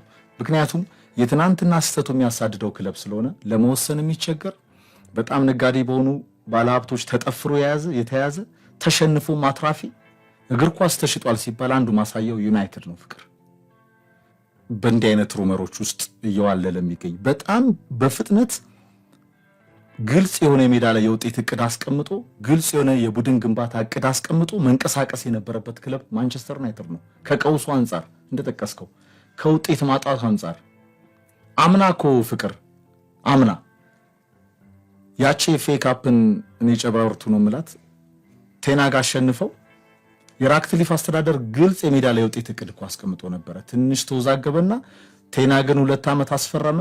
አምንባቸዋለሁ አለ። 200 ሚሊዮን ዩሮ አብሮ መበደበላቸው። ያንን በጀት ለነ ዮሮ ማቲያስ ዴሊት ጨምሮ ተጠቀሙት። ዩጋርቴ የመጡ 5 ተጫዋቾች አሉ ነበረው ግልጽ የሆነ ሜዳ ላይ ውጤት እቅድ ግን ፌል ያደረገ ከ116 ቀናት በኋላ ቴናግንም አባረረ። ለተጨማሪ 15 ሚሊዮን ፓውንድ ካሳ ተዳርጎ ቡድኑን ፌል ያደረገ። አሞሪምን አፈናቀሉ ከስፖርቲንግ ሊዝበን። ህዳር መጣ፣ ለጥቂት ሳይወርድ ተረፈ። ሲዝኑን ያድናል ሲባል በኤሮፓ ሊግ ምሽትም ፌል ያደረገ። አሁን ጃንዋሪ ላይ ለቀቃቸው ተጫዋቾች በደሞዛቸው ምክንያት አንፈልግም አሉና ቼልሲን ጨምሮ የተለያዩ ክለቦች ኦልትራፎርድ ደረሱ። ከኦልትራፎርድ አሰልጣኙ የማይፈልጋቸው ተጫዋቾች ማን ይፈልጋቸው? ዩናይትድም አይፈልጋቸው። ከ4-3-3 የአሞሪም ስቲክ ያደረገበት የጨዋታ ቅኝት ጋር የእንግሊዝ እግር ኳስ ትራዲሽን ላይ ይህ አሰልጣኝ መልመድ አልቻለም። ሽንፈትን በሽንፈት የደራረበ ሆኗል። ኃላፊነቱን ግን አሁን እኔ ወደሱ አልወስድም ለጊዜው ቢኮዝ የራሱን ቡድን ቅኝት እንዲይዝ ይፈልጋል። አሞሪም በሱ የራሱ የቡድን ቅኝት በገበያው ተሳትፎ የራሱን ልጆች መልምሎ ወደ ራሱ ፊሎዞፊ ገብቶ ከዚህ 3-4-3 ከሚለው በ3 ተከላካይ እንደገና 4-3 ሚድፊልዱን 4 አድርጎ ይሄ ዊንጎቹን የመላለሰ ለማጫወት ፕሬስ የሚያደርገው በሊዝበን የሰራለትን ፎርሜሽን ማንቸስተር ዩናይትድ ለማምጣት የራሱ ልጆች ያስፈልጉታል። ይህንን የሚተባበር ደግሞ ማኔጅመንት የለም ፍቅር። ይህንን የሚተባበር የማንቸስተር ዩናይትድ አመራር የለምና የዩናይትድ ነገር እንደ ኢትዮጵያ እግር ኳስ ክለቦች ነው፣ አዙሪት ላይ ነው። ለኔ ሊቨርፑል የተረጋጋው ክለብ ነው። ግልጽ የሜዳ ላይ ውጤት እቅድ እንዳለው አምና እንኳን ኮሽ ሳይል በገበያው ሳይሳተፍ ዋንጫውን ይዞ ዘንድሮ እንዴት አይነት ግዢዎችን እየፈጸመ እንደሆነ እያየን ነው። ሲቲ ፕሪሲዝኑን ጃንዋሪ ጀምሯል። ገና አመቱ አጋማሽ ላይ ጀምሮ ይኸው በደንብ አሟሙቆታል። በዓለም ክለቦች ዋንጫ ላይ መጠነኛ ረፍት ይወስድና ጋርዲዮላ ከፈለገ ተጫዋቾች ጨምሮ ከሊቨርፑል አንገት ለአንገት የሚተናነቀውን ማንቸስተር ሲቲ እናያለን።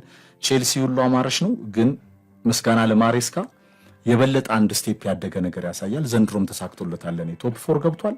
እንደገና ደግሞ ኮንፈረንስ ሊግ ዋንጫን አሸንፏል። ፍቅር ሌሎች ዝውውር ዜናዎችን ስንመለከት በሊቨርፑል በኩል እንግዲህ ዲያዝ ወደ ባየር ሙኒክ ሊያቀና ይችላል። በተለይ የፍሎሪያን ቪርትዝ መምጣትን ተከትሎ ዲያዝ በብዙ ክለቦች እየተፈለገ ይገኛል። ሉዊስ ዲያዝ አርሰናል አሁን በአብዛኛው የሚወሩ ተጫዋቾች ቀርተው ወደ እውነት እየተጠጋ የሚመስለው ዝውውር የክሪስታል ፓላሱ ኤዜ ጉዳይ እየሆነ መጥቷል። የሮድሪጎ ጉዳይም ገና ነው። ብዙ ከአርሰናል ጋር እየተነሳ አይደለም። አስቶን ቪላ እንደዚሁ ከዌሊ ዋትኪንስ ጋር ማንቸስተር ዩናይትድ እና አስቶን ቪላ ነገሮችን በጥልቀት እየተመለከቱ መሆናቸው የተገለጸ ይገኛል። ሊቨርፑል ወሳኝ የመሀል ተከላካይ ይፈልጋል። ኢብራሂማ ኮናቴ ሪያል ማድሪድን መቀላቀል የመረጠ ይመስላል። ኤፍሬም ኮንትራቱን ለማራዘም ፍላጎት አላሳየም። አሁን ሊቨርፑሎች ከማርክ ጉሂ ጋር በተያዘ ከቫን ዳይክ ለማጣመር እየተሻገሩ ከሩመር የዘለሉ ዲስከሽኖችን እያደረጉ ይገኛሉ። ቼልሲ ተጫዋቹ ፈላጊ እንደሆነ ይታወቃል። ከዛ ውጪ ሪቻርልሰን ከስፐርስ ወደ ቱርኩ ጋላታሳራይ ሊሄድ እንደሚችል የዝውውር ጭምጭምታዎች ያስረዳሉ። ሌላ ግን የተጠናቀቀ አሁን የተለመዱት እንደ ጂያኮሬስ እንደ ቤንጃሚን ሴስኮ፣ ሮድሪጎ አይነት ተጫዋቾች ዝውውር ነቅነቅ አላለም። የትኛው ክለብ የመጨረሻውን ሄድላይን ናቸው ነገር ያመጣል የሚል ነገር የለም። የምቤሞ ጉዳይ በዝውውር ላይ ያለ ክለቡ አንድ ነገር ተናግሯል። ማንቸስተር ትክክለኛውን ዋጋ የማያቀርብ ከሆነ መቆየት የሚቻል ነገር ነው። በጄቴክ ኮሚኒቲ ስታዲየም ሊቆይ የሚችልበት እድል ሰፊ ነው የሚል ሀሳብ ከክለቡ ወጥቷል። ስንት ያቅርብ ዩናይትድ? 7 አቀረበ። 65 ሚሊዮን ፓውንድ 100 ይደረግለት። እሱ ማቅረብ አለባቸው እያሉ ነው። አሁን ብዙ ተጫዋቾችን ተመልክት ዋጋቸው የቼልሲ አሁን የፔድሮ ዝውውር ብዙ አልተነገርም። በጸጥታ ነው የተፈጸመው። የፔድሮ ዝውውር ዋጋውም ስታየው ፌር ይመስላል። የተጫዋቹን እድሜ 23 ዓመት መሆኑ ምናምን ስታየው ፌር ይመስላል። አንዳንድ ተጫዋቾች ግን 80 እስከ 90 አንዳንዶቹ 100 ድረስ የሚጠሩ ተጫዋቾች መተውስ የሚል ትልቅ አደጋ የሚያስከትሉ ይመስለኛል። አንዱ የሚኬል አርቴታ ስጋት ቪክተር ዣኮሬስ ላይ ያ ነው የሚባል ነገር ስለሚሰማ ማለት ነው። 9 ቁጥርም አይወድም አርቴታ ተገዶ ነው ዘንድሮ የሚያስፈርመው። 9 ቁጥርም በፍጹም የሚወድ አይነት አሰልጣኝ አይደለም። ኒኮ ዊሊያም መሀል ላይ ባየር ሙኒክ የቢልባኦ ባለስልጣናት ለባየር ሙኒክ መሸጥ ይፈልጉ ነበር። ፍቅር ባርሴሎና አሶሲዬሽኑ ከላሚን ያማል ያለው ጓደኝነት ባርሴሎና እንደሚያደርሰው ይጠበቃል። ባየርን ባቫሪያኑ ሃይጃክ አልተጠናቀቀም። ሃይጃክ የማድረግ ፍላጎት አላቸው፣ ግን ዋናው ተጫዋቹ ጋር ነው ፓወሩ ያለው። አሁን ፍቅር በዚህ በሞደርን ዴይ ገንዘቡን ይመድባሉ፣ ኮንትራቱን ይመድቡልሃል፣ አገልግሎታቸውን የት ነው የምትጫወተው ይሏል። የቻምፒየንስ ሊግ ፉትቦል ብዙ ነገር ይጠይቃሉ። ፓሽናቸውን ተከትሎ ይሄዳሉና የኒኮ ዊሊያም ማረፊያ ለኔ እዛው ባርሴሎና ይመስለኛል። ሮድሪጎ ዣቪ አሎንሶ ጋር ተስማምቶ የሚቀጥል አይመስለኝም። ይህንን እድል ለመጠቀም ፍሮንት ያለው ስሙ የሚያያዘው ከአርሰናል ጋር ነው። ይህን ተጫዋች አርሰናል ካገኘ ለኔ በጣም ሌላ ትልቅ ግዢ ነው። ግን ምናልባትም ማድሪዶች በተለይ ከሮድሪጎ ጋር አሁን በአሎንሶ እና በሮድሪጎ መካከል ሮድሪጎን የማሰልፈው አሰልጣኙ እኔ ስለሆንኩ እኔ ሰውስን ነው ብሏል ዣቪ አሎንሶ። ዛሬ ወደ ሜዳ ይመለሳል አይመለስም የምናየው ጉዳይ ሆኖ ግን ከአሎንሶ የጨዋታ ቅኝት ጋር ሮድሪጎ አሁን የጀመረው ሰጣ ገባ ምን ያህል ሊያስጉዘው ይችላል? ይህንን እድልስ ይችን ጋፕ ክፍተቷን ለመጠቀም አርሰናል ፍሮንት ያለው ክለብ መሆኑን ነው ሩመሮች የሚጠቁሙት።